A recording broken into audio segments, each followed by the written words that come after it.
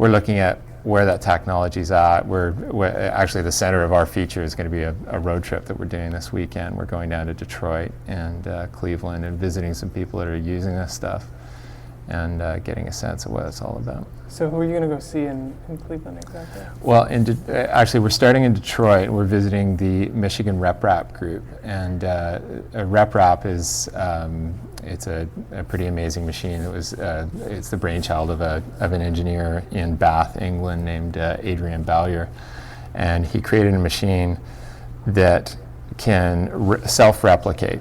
As it stands, it's capable of replicating 60% of the components needed to make another machine, and they're slowly raising the bar with the eventual aim that they'll have a machine that can entirely self-replicate itself. So this is all built around this sort of philosophy of empowerment through personal fabrication technology. And in Detroit, we're going to visit some people who are actually using these machines. It's the Michigan RepRap group. And our next stop will be the Fab Lab in Elyria, Ohio, which again is built around these ideas of personal fabrication technology and putting technology into hands in the same way that Lauren was talking about with entertainment technology, sort of upending people's relationship with manufacturing. And instead of waiting for some faceless corporate entity to decide what we want to use, allowing people the technology to design and tailor things to their own needs. One cool thing I saw when I was reading the wiki about your group was kind of a fabricator that makes human organs, which I thought, I mean, there's got to be a lot of interesting implications for that. Yeah, that's really at the leading edge of things. Matt Lundy is looking into that, and you know, that's certainly not something that's available on the desktop right now, but who knows? I mean, it wasn't that long ago that people didn't believe that personal computing was something that was going to be possible in the home. So, I mean, right now we can dream. I mean, like Wayne pointed out, it brings to mind scenes from movies like Blade Runner, where you've got guys custom making organs in a storefront. And I don't know if we'll ever get there, but I find that science fiction has a way of becoming science fact a lot faster than you expect it to. That's true. Before I forget, because I meant to ask you too about the trip that you guys are going on this weekend too.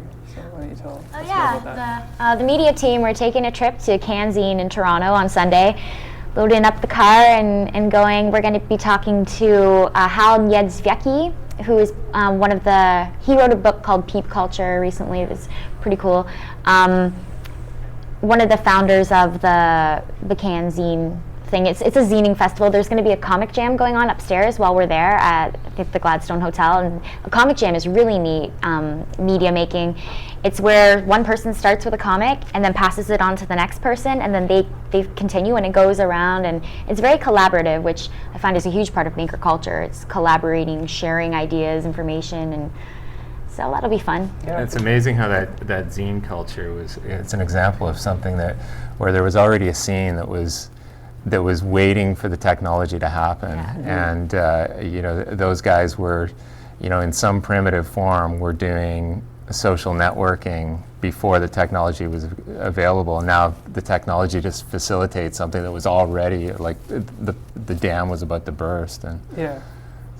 And it's to a new level. Yeah, and that's kind of a thing I find is common with a lot of the projects that probably the history group, I imagine you guys have found that a lot too, where it was a case where people were already doing it, and then kind of as the technology came along. Yeah, and one thing we found is everyone's kind of part of this maker culture, but everyone's sort of got their own story. I mean, everyone becomes a maker, from my experience anyways, everyone's become a maker kind of for different reasons. I mean, I talked to one older woman, she was in her 70s, I think. Her husband was laid off in the mid-90s. He was a construction plumber, and so he was too old to be retrained for a new job. So they were looking around for something to do, and so this woman, they got into the fudge making business just because, I mean, she told me they had nothing else to do really. I mean, he tried door-to-door salesman and jobs like that, and it just didn't work out for them. So a lot of makers, we're finding anyways, do it for a lot of different reasons. There's not like one